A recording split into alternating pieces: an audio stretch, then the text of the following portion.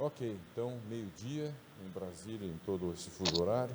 Vamos começar com mais uma reunião do Minhoca Imagem, hoje com a companhia eletrônica da doutora Edileide, que se encontra em outro ponto do nosso sistema solar e brilhando da mesma maneira. Mas aqui nós vamos ter mais um caso extremamente desafiador, que será apresentado pela Jéssica, que também fará a nossa revisão final, e que vai ser debatido por muita gente importante, começando pelo Fabiano.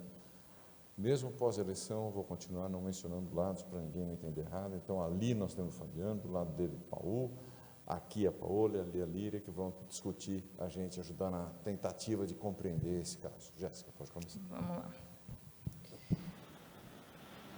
Bom, meu nome é Jéssica, eu sou R3 do setor do miocárdio, e é um prazer estar aqui. Vamos lá para mais um caso super legal do nosso setor. Bom, essa paciente chega para a gente em maio de 2011. A paciente feminina de 61 anos foi encaminhada por um serviço externo, por um quadro de hipertensão e um ecocardiograma com HVE de forma importante, uma HVE não obstrutiva com predomínio septal. Mantinha uma classe funcional 1, sem palpitações e sem histórico de síncope. De antecedentes, uma paciente hipertensa há aproximadamente 3 anos, um histórico de tabagismo passivo, 3 cesáreas prévias e uma laqueadura tubária. De antecedentes familiares, o pai falecido de câncer de próstata, mãe falecida aos 95 anos e um irmão com doença coronária submetido à revascularização miocárdica. Fazia uso de hidroclorotiazida, captopril e propanolol na ocasião. Chega para a gente com uma PA de 180 por 115, uma frequência de 68, um ritmo cardíaco irregular, mas nas custas de extrasístole, sem sopros, uma turgência jugular de 2 cruzes, ausculta pulmonar sem anormalidades, abdômen sem visceromegalias, com refluxo hepatojugular presente e sem edema de membros inferiores. De exames, foi realizado um eletrocardiograma. No eletro temos um ritmo sinusal, um bloqueio aí de ramo esquerdo e sinais de uma sobrecarga ventricular esquerda. Trazia também um eco externo, que mostrava aí de relevante um aumento do átrio, 46 de diâmetro, um septo bem espessado de 26 milímetros, uma parede posterior de 14, diâmetro diastólico do VE de 42, um índice de massa de 310 e uma fração de ejeção do ventrículo esquerdo preservada, de 69%. Na descrição do laudo, sem sinais de obstrução da via de saída e essa hipertrofia concêntrica assimétrica, sem nada mais digno de nota. Inicialmente foi feito um ajuste dos antihipertensivos, aumentado o propanolol e solicitado exames adicionais, Holter, teste ergométrico, mapa e laboratório. Ela realizou esses exames com a gente, um Holter com a frequência média de 62, extrasístoles ventriculares, 45 isoladas, 32 em bigeminismo e 19 pares, com 0 taquicardias. E presença também em baixa densidade de ectopias supraventriculares, 21 isoladas e 54 pareadas, sem descrição de nenhuma pausa. O teste ergométrico foi suspenso logo no início por apresentar bigeminismo, e de laboratório, tudo dentro da normalidade, inclusive a proteinúria dela, Tá bom, normal. Jéssica. Tá bom, Jéssica. Vamos fazer uma pausa? Fabiano, você não quer fazer seus comentários iniciais? Enquanto isso, já resume o caso para a Edileide, que depois eu vou pedir para ela já fazer os comentários intergalácticos dela. Claro. Bom dia a todos. Bom dia a todos, obrigado pelo convite. Realmente o caso chama atenção porque parece ser uma paciente hipertensa, mas ela tem muita assimetria no eco, né? O septo em relação à parede posterior é bastante assimétrico, então uma das coisas que eu já pensaria nesse momento seria em miocardiopatia hipertrófica, né? Esse eletro te leva mais para um lado ou mais para o outro, é um eletro já com bloqueio de ramo esquerdo, né? Mas ele tem um eletro que tem HVE também, né? Então eu continuo ainda pensando em miocardiopatia hipertrófica para ela. Né? Jéssica, ela tem 61 anos, né? Isso. Tá. Edileide, você escuta a gente? Nós agora tivemos bem. Você escuta a gente? Quer fazer seus primeiros comentários? Parabéns pelo mais um ano de formado. Eu acho que vocês não vão me ouvir muito bem. Bom dia a todos. Estão me ouvindo? Não? Sim. Eu estou com problema de som para ouvir. Essa paciente é uma hipertensa que tem um septo extremamente aumentado de espessura, que realmente a gente espera, além da hipertensão, além de 15 milímetros. Então, o diagnóstico de hipertensão com cálculo de hipertrofia fica fora da pressão. Aí, o resto é diferencial com as outras doenças que cursam com hipertrofia, como doença de Fabry, essa idade, né? Ela tem 46 anos, é isso? 61. Não consegui ouvir muito direito a idade dela. 61 anos. 61 anos. Ok, então a gente faria nessa, acima de 60, a gente fazia o diagnóstico diferencial também com amiloidose e doença cardíaca hipertensiva.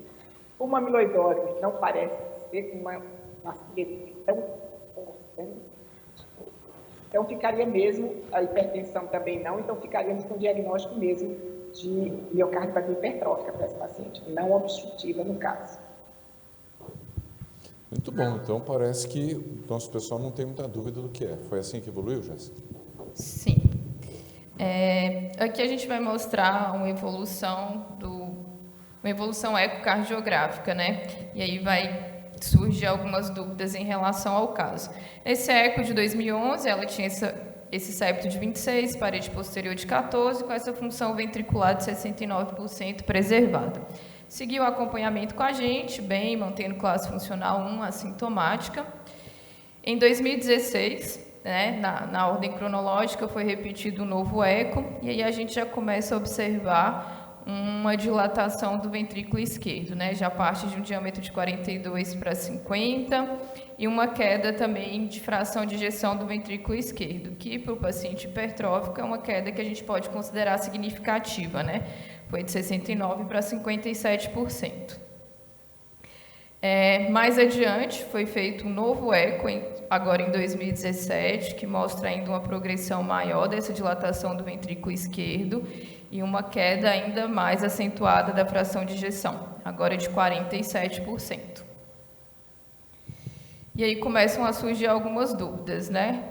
Uma miocardiopatia hipertrófica com uma queda recente e progressiva da fração de ejeção do ventrículo esquerdo. Eu vou abusar dos nossos clínicos de novo, vou começar na mesma ordem. Fabiano, como é que você pensa isso? Paciente de 61 anos com fração de ejeção caindo, ventrículo aumentando, a massa do primeiro para o segundo eco aumentou, do segundo para o terceiro diminuiu, não foi isso? Então, a gente começa a pensar em outras coisas, cardiomiopatia hipertrófica pode evoluir assim, como é que é o raciocínio da gente? Sim, uma parcela pequena de hipertrófica ainda pode evoluir, assim, 5% ou 10% pode evoluir com dilatação. Mas a gente tem que pensar também que alguma outra coisa pode ter acontecido, por exemplo, está fazendo FA de alta resposta, está com uma hipertensão associada mal controlada, né? Então, acho que gostaria de ver esses dados, se tiverem, assim, se tem algum... Doença coronária associada, porque ela tem 61 também, anos, a gente já viu de caso que também, tem doença coronária associada, também não dá para excluir, assim, né? Não dá. Como possível causa. Edileide, você queria comentar alguma coisa? A gente tem que lembrar que, além da doença coronária obstrutiva por doença coronária epicárdica, né, esses pacientes todos vivem isquêmicos, né? Alguns deles mais isquêmicos do que outros. Então, como o Fabiano falou, uma parcela pequena desses pacientes evolui com perda de função ventricular. Então, eu ainda ficaria com o diagnóstico hipertrófico, ela não teve uma clínica de DAC, mas eu acho que temos que descartar de alguma forma, mesmo do clínica. Parece que ela não teve sua hipertensão mal controlada ao longo do tempo. Depois a Jéssica pode comentar isso. Então, realmente, eu só descartaria a doença coronária para ela. Tá. Aqui no auditório, levanta a mão, por favor, quem pensaria em outra doença associada, sei lá, hipertensão indo mal, doença coronária, alguma coisa como causa de disfunção ventricular. Todo mundo levantou a mão, nenhum deles concordou com você, com o Fabiano, de que era doença, que é hipertrófica. Inclusive, tem um rapaz ali atrás que fez, de jeito nenhum, hipertrófica. Eles estavam certos ou estavam errados? A gente fez alguma coisa para descobrir quem que estava com a razão? Bom, na verdade, eu esqueci de destacar aqui no slide, mas pontuando um dado importante também da evolução desse quadro é que ela evoluiu com a piora bem importante da função renal.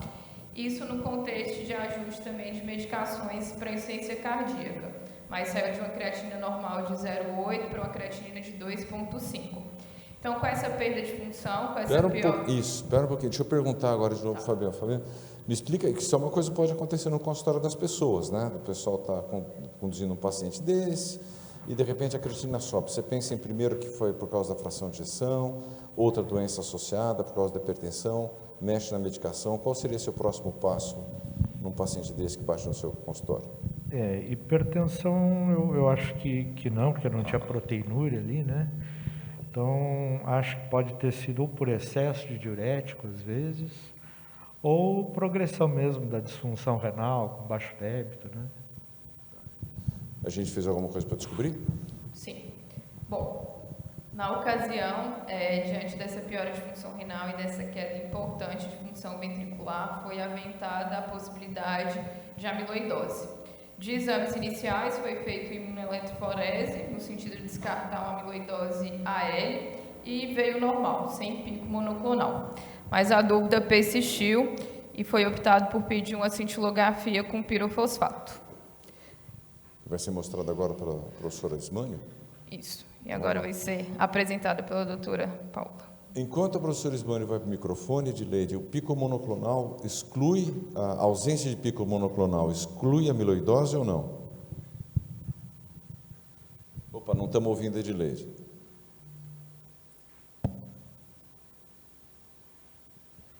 Não te ouvimos. A gente precisa fazer 3 exames. Está me ouvindo agora? Agora 3 sim. que são as 2 imunoeletroforese, né, de soro e de urina de 24 horas, e a relação capalâmida, ou frilase. Então, só a imunoeletroforese não descarta. Realmente está faltando coisa aí. A gente precisa fazer os 3 exames para dizer que os 3 juntos têm uma sensibilidade e especificidade maior do que 95%. Então, a gente precisa fazer os 3.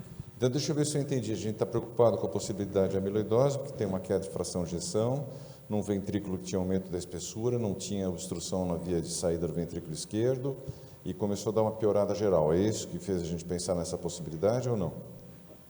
Na verdade, eu não pensaria nessa possibilidade dessa paciente, porque ela tinha uma simetria muito significativa. Eu acho que ficou se investigando o porquê da função renal, né, ter alterado, né? É uma paciente hipertensa. Eu acho que eu pensaria até mais em do que a amiloidose, contando de que doença de Fabry pode dar. Eu não pensaria em amiloidose. Você pensa mais a amiloidose como diferencial se a hipertrofia fosse concêntrica, simétrica? Sim, até alguma simetria é possível, mas não tão importante. Tão marcada como nesse caso. Mas a doutora Paula vai resolver para nós. Pode. Bom, foi solicitada, então, uma cintilografia cardíaca com pirofosfato, né, para verificar, já que da forma AL não havia indícios, então, para ver se era a forma por trânsito de retina. Então, primeiro nós adquirimos, né, a imagem nas projeções anterior, em 1 e 3 horas, né, a gente observa uma captação na área cardíaca, mas não uma captação tão intensa, né, e que, principalmente, ela diminui com o passar do tempo. Mas o mais importante é a gente fazer a razão do hemitórax esquerdo e direito, porque às vezes pode ter uma captação, pacientes com disfunção às vezes tem uma captação, uma cruz, tal. E também as imagens em SPECT, né? Quando a gente vai fazer as imagens aí, verificando em 1 hora e 3 horas as contagens radioativas no hemitórax esquerdo, em cima da área cardíaca, pelo hemitórax direito, para a gente fechar o diagnóstico de amiloidose da forma trânsito de retina, tem que ter uma razão acima de 1,5. Aqui dá uma razão de 1,42 na imagem de 1 hora e depois cai para 1,27. Normalmente, ela se mantém mesmo nas imagens de 3 horas acima de 1,5. Agora, o que fecha o diagnóstico afastando a amiloidose aí da forma trânsito de retina são as imagens tomográficas, porque às vezes você pode, como eu falei, ter uma captação aí pelo pulso sanguíneo. Para quem já teve a oportunidade de verificar em outras reuniões onde teve o diagnóstico fechado, é uma imagem, vocês vejam como aqui na área cardíaca não desenha a área cardíaca, né? Ela desenha a parte da coluna, do externo, tem uma captação flu, né? Mas em todas as projeções, e depois eu vou passar rodando aqui, olha, a gente vê que tem uma captação, mas é uma captação que, no máximo, que ela é um pouco abaixo da captação dos arcos costais, aqui nas imagens, nos cortes coronais, sagitais. Até eu gosto muito de ver na imagem branco e preto, porque a diferença de tonalidades fica mais... quando a gente põe na escala de cores, qualquer coisa capta muito, dá uma impressão de que tem uma captação muito significativa. Quando a gente coloca na escala aí de branco e preto, a gente verifica que realmente é uma captação bem discreta, mas principalmente nessa imagem aqui em movimentação, vejam como só tem o esqueleto. Na área cardíaca, né, no local da área cardíaca, não desenha o coração como a gente habitualmente vê na amiloidose cardíaca na forma transtirretina. Então, a cintilografia com pirofosfato afasta a amiloidose da forma transtirretina. Deixa eu só te fazer uma pergunta por curiosidade. A gente às vezes vê, é curiosidade mesmo, a gente às vezes vê nessas imagens que você mostra, já muito bonitas, essas captações maiores em alguma área óssea, como ali na coluna torácica, a gente vê. Isso quer dizer alguma coisa? Então, pode, dependendo, né? Em geral, para dessa faixa etária, é muito comum por alterações osteodegenerativas próprias da idade. Qualquer área que tenha uma proliferação, né, um crescimento, uma reação osteoblástica, né, até osteoclástica também, a gente consegue verificar pelo aspecto. Mas aí a gente consegue também, pela imagem tomográfica, verificar pelo aspecto. Essa, em especial, parece osteodegenerativa. Dá para a gente fazer o diagnóstico se é uma lesão metastática ou se é algum acometimento, uma neoplasia óssea ou uma fratura. Às vezes um ponto de consolidação, né, pode também ter uma captação. Essa da coluna, em especial, é inespecífica, me parece mais aí osteodegenerativa pela idade. E também tem um ponto de captação aí renal, porque tem eliminação renal e hepatobiliar, então o rim sempre vai ter uma captação maior. Perfeito, ou seja, pode não ser grave, mas normal não é, né? Exatamente. Muito bom, como sempre. Edileide, o que você achou? O que você acha até agora? Eu queria comentar que alguns tipos de amiloidose, tipo a amiloidose AA, da proteína sérica A, ela afeta especialmente os rins. Então, muitas vezes a gente não tem nem comprometimento cardiológico, a grande maioria das vezes assim, mas só tem acometimento renal. Então, poderia ser uma possibilidade, mas vejam que esse paciente tem acometimento cardíaco importante, né? Então, se fôssemos pensar com acometimento cardiológico, as duas etiologias mais comuns, os dois tipos de amiloidose mais comuns são a de cadeias leves e a transtirretina. A de cadeias leves, para a gente afastar, teria que ter feito os exames completos, que não foram feitos nesse caso. E a cintilografia com pirofosfato, os dois exames, os dois negativos afastariam AL e transtirretina. Pensar em outro tipo de amiloidose, mas com esse acometimento cardiológico tão grande, eu acho pouco provável.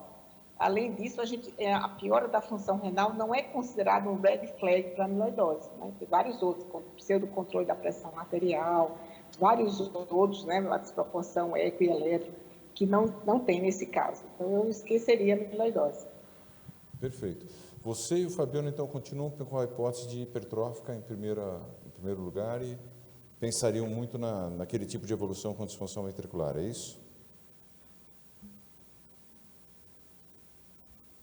Edileide, você, então, continua com a hipótese de uma disfunção ventricular de uma paciente com cardiomiopatia hipertrófica?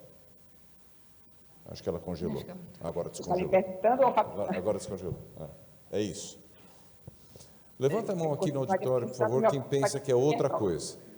Olha, as 3 médicas aqui da primeira fila levantaram a mão dizendo que discordam, principalmente a do lado de cá. Então, Jéssica, o que a gente tem que fazer para convencer esse pessoal? Bom, as imagens do eco agora podem nos ajudar aqui a confirmar ou excluir a possibilidade de ser realmente hipertrófica. Dona Lília veio hoje acompanhada, ela vai mostrar o caso e ela trouxe várias assessoras dela para ajudar no caso. Eu trouxe hoje uma equipe de peso para ajudar, tá? Hoje ela veio para mostrar que o Eco Resolve, ela trouxe todas as assessoras. Faz diagnóstico anatopatológico com essa equipe. Então, eu vou apresentar o ecocardiograma dessa paciente, que foi feita agora, já nessa fase mais tardia, o último exame mais recente até desse ano. Aqui, o que já chama atenção para a gente, né, aqui como a gente sempre começa a falar, é o corte parasternal longitudinal, que a gente já pode ver aqui a válvula aórtica, que sem o Doppler colorido não me chama nenhuma disfunção para pensar em estenose, né? A válvula mitral um pouquinho espessada também, parece ter um pouquinho de cálcio e parece ter um certo tracionamento secundário a essa dilatação do ventrículo esquerdo, que chama atenção já um ventrículo esquerdo bem dilatado. Até em relação ao ventrículo direito, o ventrículo direito com a função boa, e o VE dilatado, com um comprometimento difuso da sua contratilidade aqui, né, que a gente pode ver a parede inferolateral e o septo. E o que chama, assim, a gente já induzida pelos ecos anteriores, né, o septo parece ter um aumento da espessura um pouco maior que a parede posterior, né. Esse septo, nas medidas anteriores, 27 de septo que foi medido, né, aqui eu chutaria, assim, eu não fiz o exame, então o valor eu acho que foi estimado em 12, né, eu pensaria entre 12 e 14 no máximo para a espessura desse septo, tá? E também chama atenção a parede do átrio esquerdo. Tem um pequeno derrame pericárdico associado a um tecido adiposo, também a gordurinha pericárdica. Aqui não me chama atenção para amiloidose também, né? Não tem nenhum achado, apesar de ter um derrame pericárdico, por aqui não é aquele eco que eu falo, né? Parece que o coração brilha, não me chama atenção para amiloidose também. Mas a gente sabe que você pode ter ecos de amiloidose também não tão clássicos, né? E aqui um mapeamento com o Doppler colorido da válvula aórtica, um refluxo discreto, então assim, nada que de valvopatia, mais para frente vai ter o da mitral, que justifique, né, uma insuficiência mitral importante, uma estenose aórtica, levando à perda adicional da função ventricular. Aqui o eixo curto, mostrando para a gente o ventrículo direito e o ventrículo esquerdo, uma hipocinesia de caráter difuso mesmo, com septo com uma movimentação assincrônica, que esse paciente tem bloqueio de ramo esquerdo, né? E aqui o modo M, focando a válvula mitral, a gente pode ver que tem uma certa distância da onda E para o septo, e a válvula mitral ela tem um fechamento mais precoce, que pode ser até pela disfunção ventricular ou aumento das pressões de enchimento. O corte apical, a gente pode olhar aqui o ventrículo direito, a função preservada, né, uma trabeculação, e aqui o ventrículo esquerdo, o átrio esquerdo aumentado, bastante aumentado, tem uma mitral que bem inocente, mas com um pouquinho de tracionamento, pensando numa mitral já com essas alterações secundárias ao remodelamento cardíaco, e um ventrículo esquerdo dilatado. Aqui, as paredes não me chamam muita atenção em diferença assim, de espessura, de hipertrofia, mas o que chama bastante atenção é essa dilatação e essa hipocinesia difusa com esse movimento do septo, que é bem característico de bloqueio de ramo esquerdo, né? Como se fosse uma dissincronia do septo. A gente fala que aquele apical rock, o ventrículo, a região apical, ela dança, né? Ela vai para fora até pelo bloqueio, é bem característico de bloqueio de ramo esquerdo. Então, uma disfunção. E aqui o triplanar, mostrando uma disfunção ventricular esquerda, que eu acho que a fração de ejeção foi estimada em torno de 27%, denotando um comprometimento miocárdico de grau importante, com uma hipocinesia difusa com esse padrão de bloqueio de ramo esquerdo pelo eletro, tá? Bem característico. Um 3D, para a gente ter uma avaliação melhor de volume, sem muitos adicionais, e aqui provavelmente esse foi focado no ventrículo direito, até para fazer depois o cálculo da fração de ejeção tridimensional. A deformação miocárdica, mostrando para a gente uma deformação acentuadamente reduzida, aqui eu acho que foi estimada em 6,8%, e com padrão assim difuso, né, de redução, principalmente aqui na região apical e na região lateral. Que também, eu não sei se, até pelo bloqueio, uma coisa mais difusa, não me chama atenção para nenhuma outra doença, tá? Então, aqui uma IT discreta, nada também, e a insuficiência aórtica confirmando um grau discreto de insuficiência. Então, assim, é uma paciente que tinha um septo muito grande, tinha os diâmetros ventriculares pequenos, né? Tinha essa relação septo-parede posterior no início da doença, torno de 1,9, estão favorecendo bastante o diagnóstico de uma cardiomiopatia hipertrófica não obstrutiva, não tinha nenhum, além de não ter gradiente, a mitral não tem nenhuma característica, que vem evoluindo com dilatação progressiva e perda progressiva acentuada da fração de ejeção. Né? E assim, aqui, nada justifica valvopatia, né? A isquemia, talvez por essa região apical, a deformação da região apical aqui pelo estreio e da parede lateral ser um pouco mais reduzida, não sei se foi pensado, mas eu acho que aqui tem um bloqueio de ramo esquerdo também pode confundir um pouco. E não sei se a Andréia, a Wendy, a Débora querem acrescentar alguma coisa. Eu queria perguntar uma coisa, não sei se para você, tem algum microfone rodando? Não? Então, isso. Que é o seguinte, inclusive a pergunta veio de... Isso foi uma manifestação aqui perto. Mas, enfim, inclusive a pergunta vem de outras partes do país, perguntando qual seria a diferença da amiloidose para a hipertrófica quando cai a fração de ejeção em relação à espessura e à dilatação do ventrículo.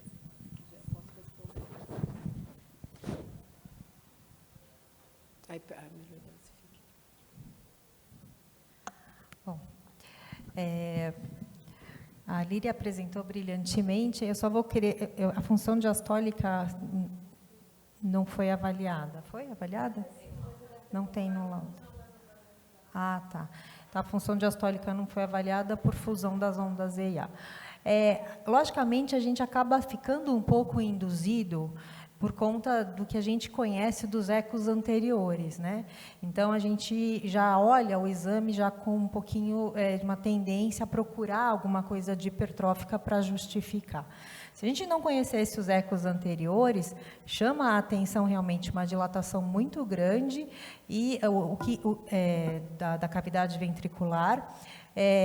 Quando o paciente não tem, é só uma miocardiopatia e o paciente acaba ficando com uma disfunção importante de um comprometimento difuso, que a gente não lembre de doença coronariana, normalmente as paredes são muito finas, tá? Então, a gente realmente vê umas paredes muito finas. E essa paciente, ela não tem isso na região septal.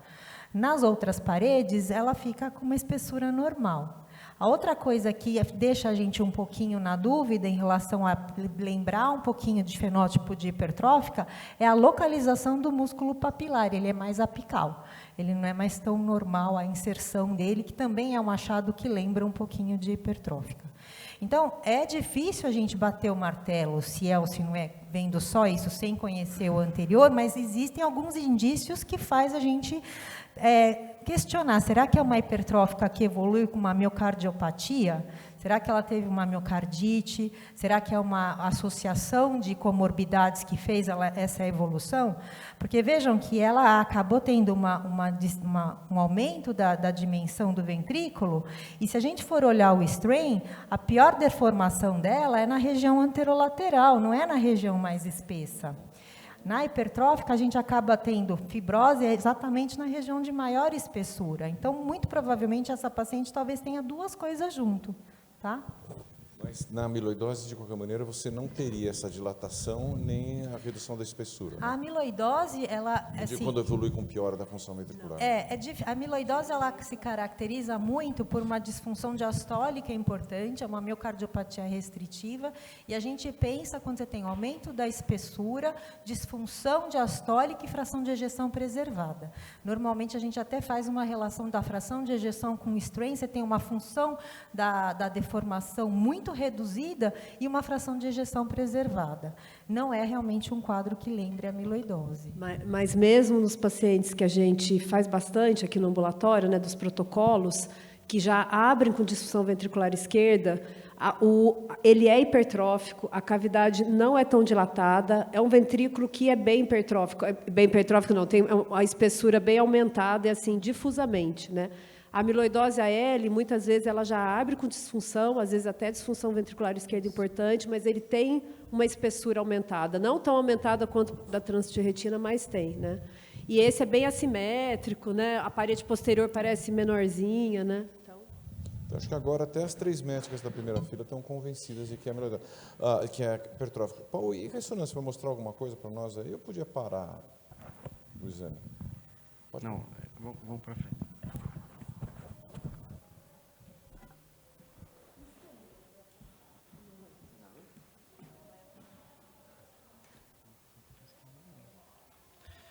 Bom, boa tarde com todos. Muito obrigado, já a discussão está bastante interessante. Vamos colocar um pouquinho mais de pimenta na discussão agora, que a gente vai ter duas ressonâncias. Então, a gente vai conseguir fazer um comparativo e vai ficar bem mais interessante. Bom, o primeiro exame é do 3/10 de 2017. Então, no contexto, em exames iniciais, percebam vocês já um padrão de aumento da espessura predominantemente no septo, embora seja uma imagem sem gateada, não uma imagem sem sincronização com o eletrocardiograma, já chama a atenção esse aumento da espessura. Já nas imagens de cine, eixo curto, vejam vocês, quando a gente começa analisando da ponta para a base, como o septo é o segmento mais acometido de aumento da espessura. Vejam como até tem uma restrição na abertura, uma alteração diastólica no segmento mais hipertrófico. E, sim, a gente corroborou com essas medidas também, chegamos a uma medida assimétrica de 27/8 aqui, então, corrobora, sim, esses achados que a gente tinha observado, um aumento assimétrico do septo interventricular, e como não está restrito mais para a via de saída, a gente também não observou esse aumento, um gradiente que seja sugestivo de gradiente obstrutivo. Então, um restrito mais da médio para apical, esse aumento da espessura. Vejam vocês, aqui fica um pouquinho torto, mas parece até que fica um pouquinho menos hipertrofiado aqui nesse segmento. Então, é Paulo, assimétrico. deixa eu te perguntar uma coisa. Esse monte de risquinho paralelo que a gente vê nesse... É algum novo tipo de strain que vocês estão fazendo na ressonância? A ressonância é um exame assim, bem interessante para a gente analisar a análise morfofuncional e tudo, mas a gente tem um porém, né? Dependemos muito da apneia do paciente.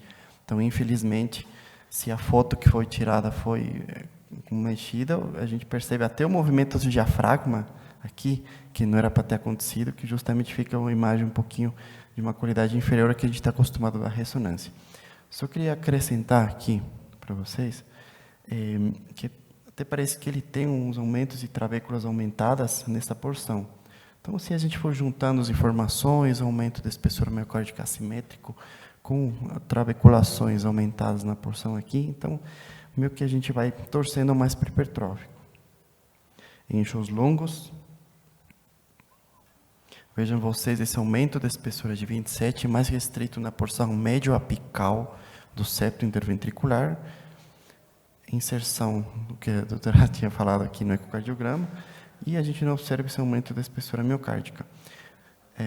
A gente observa também que não teve sinais de obstrução nessa imagem, e aí a gente até observa, será que seria um septo sigmoide de um paciente hipertenso junto com um hipertrófico? Porém, não determina, não é tão fácil assim definir isso. Então, também as trabéculas aumentadas, aumento da trabeculação aqui na porção lateral, e umas criptas que a gente tinha observado nas imagens de cine. Já na perfusão, percebam vocês como na porção de mais hipertrófico tem um déficit de perfusão em repouso. Esse exame não foi feito em isquemia, então a gente ainda vai ficar devendo essa análise de perfusão isquêmica. Mas em repouso, tem sim um defeito de perfusão cometendo o segmento mais hipertrófico. Agora, já no realce tardio, já dava dicas para a gente no cine, que não estava muito colaborativo com a respiração, infelizmente, acabou atrapalhando um pouquinho também nos realces, mas vejam vocês como o realce acomete a porção hipertrófica, mas também o que tinha sido observado no ecocardiograma. O lateral apical também foi acometido, que não necessariamente era o mais hipertrofiado. Então, a gente começa com as hipóteses. Será que teve algum outro surto que colaborou com essa progressão ecocardiográfica? Vejam vocês que esse padrão apical de realce também não é característico de coronariano. É pouco frequente ver só um segmento, e parece que ainda tem um pouquinho de músculo no septo, então não seria um padrão também não coronariano, mas chama muito a atenção que poderia ser um hipertrófico. Vejam em eixos longos, que tinha conversado, realce não coronariano aqui no septo, também na porção infralateral. E, só para a gente deixar em contexto, um exame mais recente, já chama a atenção que as cavidades ficaram muito mais dilatadas, corroborando os achados do eco. Nas imagens de cine, percebam vocês que o paciente ainda ficou um pouco colaborativo, mas vejam como os diâmetros, as cavidades, o volume de diastólico final aumentou significativamente e a função também teve uma queda significativa. Paulo, por que o paciente está pior e a imagem está melhor? Porque essa imagem está melhor que a outra. Não Sim. O que tem de diferente? Bom, eu não sei se esse remodelamento adverso que teve o ventrículo, não sei se o átrio já ajudou, dilatou um pouquinho, as pressões intracavitárias também ajudaram a melhorar clinicamente. E tem um... Oi? Então, provavelmente isso que a gente vê, função diastólica, o ventrículo remodelou. E eu queria mostrar um achado para vocês, que ficaram perguntando por que tem essa imagem mais preta, que a gente não tinha observado nas imagens anteriores. Os protocolos que a gente utiliza variam às vezes. Nessa sequência específica de cine, foi feito logo após o realce. Então, provavelmente isso já é um surto que já faria para a gente que ia ter fibrose. Então, é nada mais do que uma imagem prévia antes do realce, já informando que ia aumentar esse processo de fibrose. A função do ventrículo direito estava totalmente normal, tá? Que a gente tinha observado, que o ventrículo mais acometido é o ventrículo esquerdo. Em eixos longos, observamos também esse realce, a gente já chama até um realce precoce, que não é observado nas imagens tardias, mas vejam vocês como já tem uma imagem com um sinal mais claro, que foi feito logo após a infusão de gadolínio, então é um realce precoce, já falando para a gente que no realce ia se apresentar nessa topografia também. Então, o ventrículo direito normal, o átrio esquerdo já mais remodelado, os dois átrios remodelados. Vejam esse eixo longo, esse famoso apical rocking também a gente observa assim, uma dissincronia septo-parede lateral, mas os diâmetros, os volumes também mais remodelados. Então, a gente observa essa progressão, sim, também pela ressonância magnética. E em essa imagem foi feita uma sequência de edema. Chama a atenção que teve um discreto hipersinal aqui no septo. Então, será que o componente inflamatório foi mais aumentado nesse paciente que ajudou nessa progressão mais agressiva da doença? Será que fez parte desse grupo de pacientes que evoluem com um padrão de fibrose mais extenso? Não sei se o edema pode ser uma dica nesse sentido. Já na perfusão, observamos esse hipossinal também acometendo vários segmentos, septo, parede anteroseptal também, tendo em conta que foi uma imagem em repouso, tá? Não foi feito com avaliação isquêmica. Já o realce tardio, a progressão foi significativamente muito mais aumentada em relação ao outro, acometendo circunferencialmente ápice, porção apical, segmento médio, chega até ser circunferencial na ponta, acometendo segmento inferolateral basal e também o septo já quase em sua totalidade. Esse padrão aqui, observamos também nos eixos longos, acometendo até subendocárdico inferolateral e o septo mais acometido. Chama a atenção que observamos um acometimento também na ponta do ventrículo direito que não tínhamos observado prévio. Então, é uma progressão extensa que no comparativo vai ficar mais interessante. Então, do lado esquerdo, imagem, o exame 2017, do lado direito, o exame atual. Vejam vocês como os volumes aumentados e o padrão de realce tardio acometeu o ventrículo direito, o septo extensamente e a parede lateral. E nas imagens do cine, percebam vocês como teve remodelamento adverso, dilatação atrial, volumes aumentados do ventrículo esquerdo e esse padrão de realce precoce já nas imagens de cine. Então, vejam até a espessura, que era de 27, a gente achou que fosse também mais diminuída aqui. Muito bom, Paulo. Então, pelo que eu entendi, vamos ver se eu entendi direito algumas coisas aqui. Primeiro, esse segundo exame, apesar do paciente estar pior, as imagens ficaram melhores, o protocolo é mais curto, então ele coopera melhor com a respiração. Sim. Tá.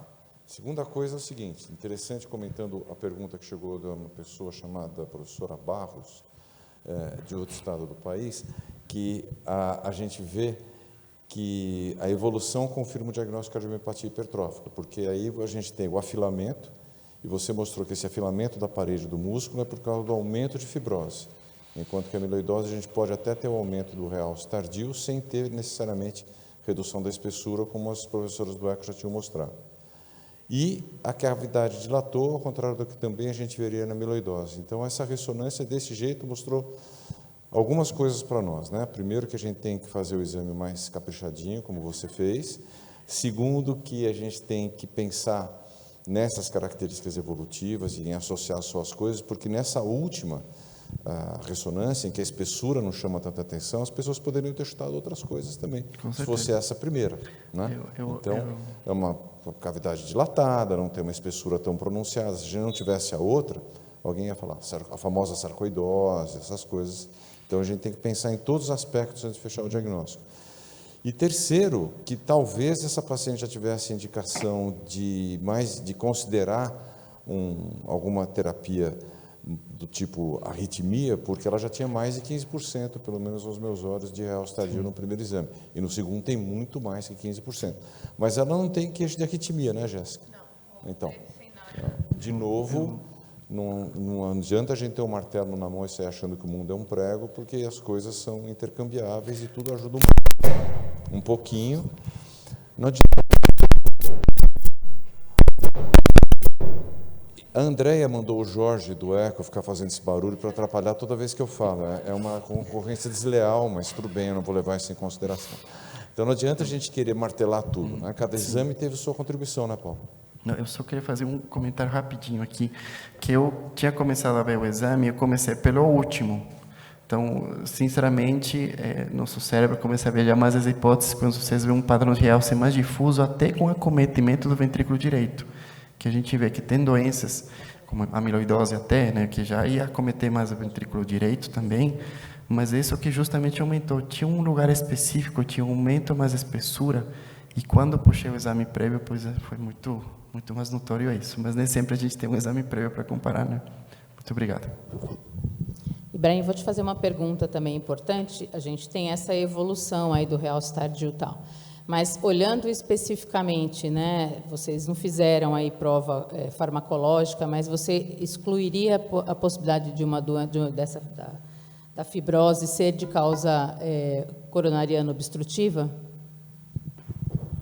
Boa pergunta. Seria uma das que eu excluiria pelo padrão de realce, que é um padrão não isquêmico, como o Paulo mencionou, por ser principalmente um realce mesocárdico e, por vezes, poupar o endocárdio, e porque ele compromete regiões que a gente não consegue associar com uma única coronária.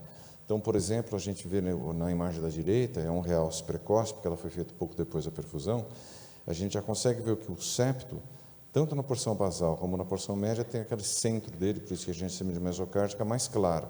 E a porção distal, não. Bom, se é uma lesão coronária, geralmente ela começa na porção distal para depois chegar nas mais proximais. Mas seria bem possível, eu enxergo alguém chegando com, olha, pode ser que seja uma sarcoidose, pode ser que seja alguma outra doença degenerativa, genética. Essa não é, ao contrário da primeira, que é uma ressonância bastante característica de hipertrófica, a segunda não é. Falando em característica, a gente confiou na palavra do Paulo, ou vocês falam, né, vamos dar uma olhada em alguma outra coisa? Não, a gente confiou, mas só para confirmar, a gente solicitou o teste genético, que realmente foi positivo para uma variante patogênica associada à hipertrófica, né, que foi com a mutação do gene MYH7. E aí, diante de tudo que foi discutido aqui, esse eletro com sobrecarga, o eco evoluindo aí com dilatação do ventrículo esquerdo, padrão de hipertrofia assimétrica, e a cintilo também do contra, foi descartada a possibilidade de amiloidose e fechado o quadro como uma miocardiopatia hipertrófica, que evoluiu com a disfunção ventricular importante. Excelente, acho que você tem uma revisão do assunto para mostrar para nós, né? E a gente fecha com uma discussão final. Tá bom. Bom, vou ser breve. Os dados apresentados foram baseados nesse artigo publicado na Circulation, que vai tratar justamente sobre a cardiomiopatia hipertrófica que evolui com disfunção ventricular esquerda. O termo estágio final tem sido usado para descrever, né, a cardiomiopatia hipertrófica com disfunção sistólica do ventrículo esquerdo, que é definida quando você tem uma fração de ejeção menor que 50%, no caso da hipertrófica, né? Esse estudo foi bem interessante, foi realizado em 11 centros especializados, centros dos Estados Unidos, da Europa, que tinham um alto volume de casos de hipertrófica, né, e foi feito essa base de dados, que foi o SHARE. E aí foi usado para acompanhar como era a evolução desses pacientes e tentar identificar aqueles que evoluíam com disfunção ventricular e quais eram os preditores, como era o desfecho desses pacientes. Foi uma coorte com 6.793 pacientes com cardiomiopatia hipertrófica, 8% deles tinham critérios para hipertrófica com disfunção ventricular esquerda. E aí o estudo pôde constatar, né, que 75% dos pacientes hipertróficos que evoluem com disfunção ventricular esquerda vão experimentar eventos clinicamente relevantes. E 35% desses hipertróficos com disfunção atingiram o desfecho aí que eles consideraram composto, né, que foi um conjunto caracterizado por morte, transplante cardíaco e necessidade de dispositivo de assistência ventricular.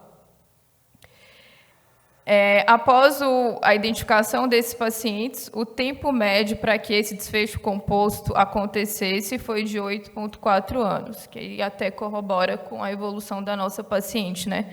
Chegou aí para a gente em 2011, e aí nos últimos 2, 3 anos evoluindo com essa dilatação e disfunção importante. Quando a gente vai para a análise dos eventos, né, a gente comparou aqui os hipertróficos que não evoluem com disfunção e os hipertróficos que evoluem com disfunção. Então, é bem claro uma piora de desfecho em todos os sentidos naquele com disfunção, né? Piora de classe funcional, eles morrem mais por todas as causas, precisam mais de transplante cardíaco, têm mais morte súbita, mais necessidade de implante CDI, fazem mais FA e mais AVC. Então, se torna um espectro muito grave da doença. Um dado importante que ele traz também é uma possível associação, eles não afirmam, mas sugerem, porque o estudo não teve esse objetivo, mas que aqueles pacientes hipertróficos que foram submetidos a uma redução septal, seja alcoólica ou seja por intervenção cirúrgica, miectomia, eles parecem que evoluem mais com disfunção ventricular esquerda, né? Sugerem até que mais estudos sejam feitos nesse sentido, mas quando a gente compara aqui os pacientes que não têm disfunção, hipertróficos, com aqueles que têm disfunção, todos que fizeram alguma terapia de redução septal, eles evoluíram mais com disfunção ventricular esquerda, com um P significativo. Com relação aos preditores de risco, né, os pacientes que vão evoluir com pior prognóstico, para a gente ficar atento, né, os pacientes que têm mais de uma mutação, né? Os pacientes que desenvolvem fibrilação atrial ao longo da evolução da hipertrófica e aqueles que também evoluem com a função menor que 35%. Então, são preditores aí de maior gravidade, maior risco para os pacientes. Naqueles pacientes que não desenvolveram ainda a disfunção ventricular, mas que fica a dica para ser acompanhado mais de perto, que podem desenvolver a disfunção, né, eles trazem alguns preditores para isso. Então, seriam preditores de disfunção ventricular para o hipertrófico. Mais uma vez, aqueles que têm variantes patogênicas, né, para mutações sarcoméricas, um ou mais, mutações associadas ao filamento fino, os pacientes que têm um aumento de espessura e, na verdade, aqui está errado, é um delta de espessura, né, os pacientes que diminuem espessura aí com delta de 5 milímetros ou que aumentam cavidade, que aumentam o diâmetro em mais de 5 milímetros, que também foi o que aconteceu com a nossa paciente. Partiu lá de uma espessura de 26, que foi caindo ao longo do tempo, 14, então delta TI bem maior que 5. Pacientes também, né?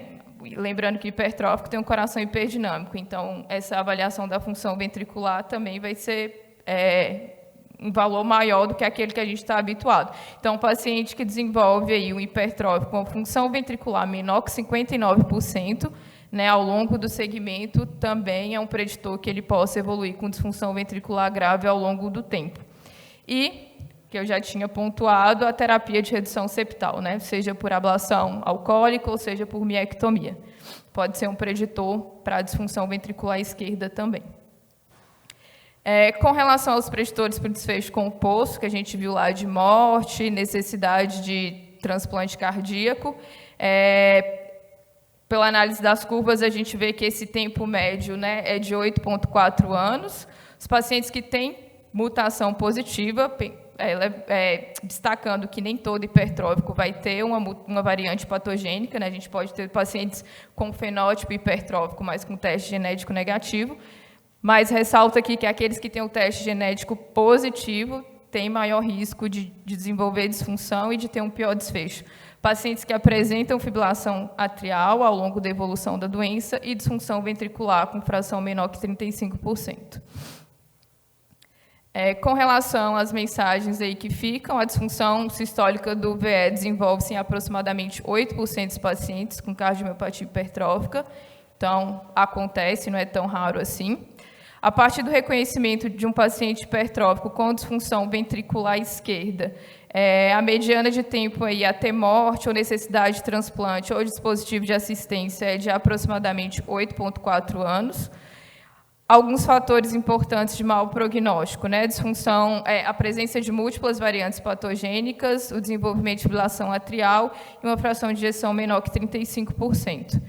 E pacientes que têm a cardiomiopatia hipertrófica com variantes sarcométricas patogênicas, particularmente aquelas ligadas aos genes de filamentos finos, que têm aumento de espessura, que têm dilatação e uma fração limítrofe aí entre 50% e 59%, estão em maior risco de desenvolver um hipertrófico ao longo da vida com disfunção ventricular esquerda grave. É isso. Jéssica, eu quero dar parabéns para você, tanto pela apresentação do caso como pela revisão. Acho que a gente foi muito interessante, né, a gente aprender essas coisas. O dado da terapia de redução da espessura septal é bastante interessante e provocativo. E acho que a gente pode encerrar agradecendo a todo mundo por ter participado, agradecer ao Fabiano, ao Paul, a Paola, a Líria, a Jéssica mais uma vez, as assessoras do ECO que vieram aqui, e a doutora Edileide, que consegue brilhar mesmo à distância, torcendo para ela voltar logo. Semana que vem você está com a gente aqui de novo?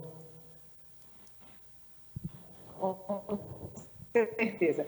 E para eu queria também cumprir a Jéssica, ela fez essa reunião praticamente sozinha, né, o que foi realmente me fez muito bem. Parabéns, doutora Jéssica. E queria lembrar que a evolução do paciente ao longo do tempo, né, ela define o diagnóstico. A evolução de uma hipertrófica que evolui para a disfunção acontece exatamente o oposto da amiloidose. A espessura de parede aumenta na amiloidose ao longo do tempo, sempre aumenta e a cavidade sempre diminui ou fica igual.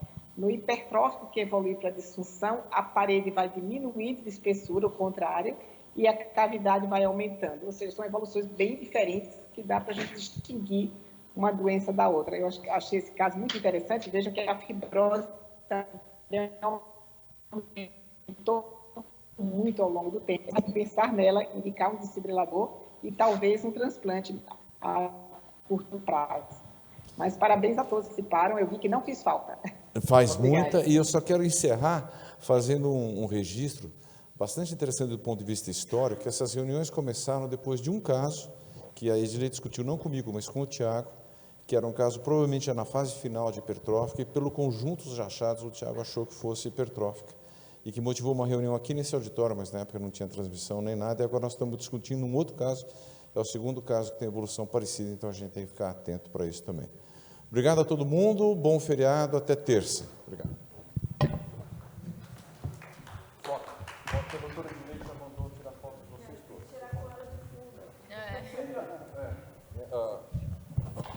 Acende a luz, por favor.